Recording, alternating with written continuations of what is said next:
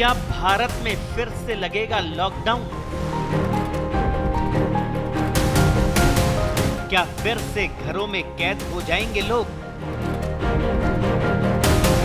अचानक क्यों बढ़ रहे रोजमर्रा की वस्तुओं के दाम?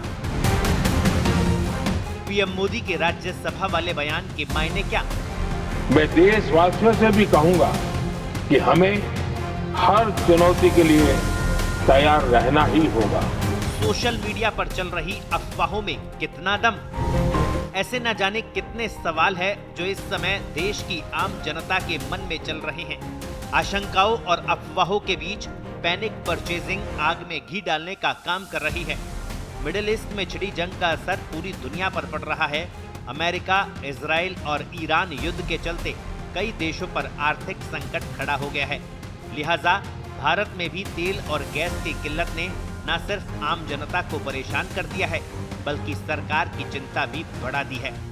हाल ही में राज्यसभा में आए प्रधानमंत्री नरेंद्र मोदी के बयान ने इन अफवाहों को और ज्यादा मजबूत कर दिया है, जिसमें उन्होंने कोरोना महामारी का जिक्र किया था। पीएम मोदी के भाषण के बाद इंटरनेट पर lockdown due to war, India lockdown news और लॉकडाउन 2026 जैसे कीवर्ड्स ने सर्च इंजन में आग लगा दी। इस दहशत की शुरुआत हुई 24 मार्च की तारीख से। जी हाँ, यही वो दिन था जब 2020 में देश भर में पहली बार संपूर्ण लॉकडाउन लगा था। लोगों ने अपनी पुरानी यादें और खौफनाक अनुभव सोशल मीडिया पर साझा किए। सोशल मीडिया के एल्गोरिदम ने इन शब्दों को पकड़ा और इसे एक भयंकर ट्रेंड बना दिया। दरअसल अफवाहों को ट्रेंड में लाने की सबसे बड़ी वजह हॉर्मुज स्ट्रेट है।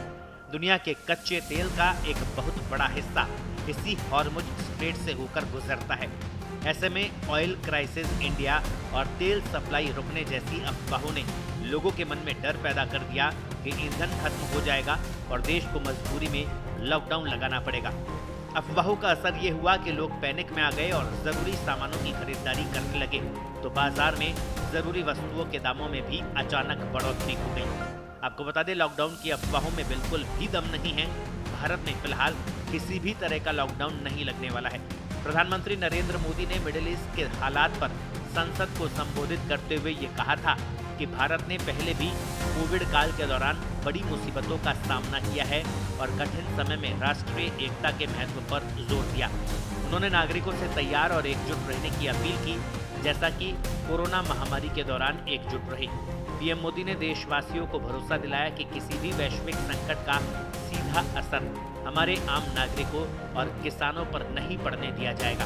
उन्होंने एक बहुत बड़ा आंकड़ा देश के सामने रखा। भारत अब कच्चे तेल के लिए चंद देशों पर निर्भर नहीं है। पहले हम 27 देशों से तेल आयात करते थे, लेकिन अब भारत 41 देशों से कच्चा तेल खरीद रहा है, यानी सप्लाई चेन पूरी तरह सुरक्षित है। इसके अलावा सर्वदलीय बैठक में भी सरकार ने साफ कर दिया कि स्थिति नियंत्रण में है, घबराने की जरूरत नहीं है, क्योंकि भारत के पास ईंधन के पर्याप्त भंडार है। हॉर्मुज से 4 जहाज भारत आ चुके हैं और 5 जल्द ही पार करने वाले हैं। ऐसे में संयम और धैर्य रखना जरूरी है।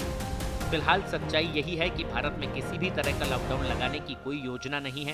ये पूरा मामला सोशल मीडिया ट्रेंड, पुरानी यादों और वैश्विक तनाव के कारण पैदा हुई आशंका का नतीजा है।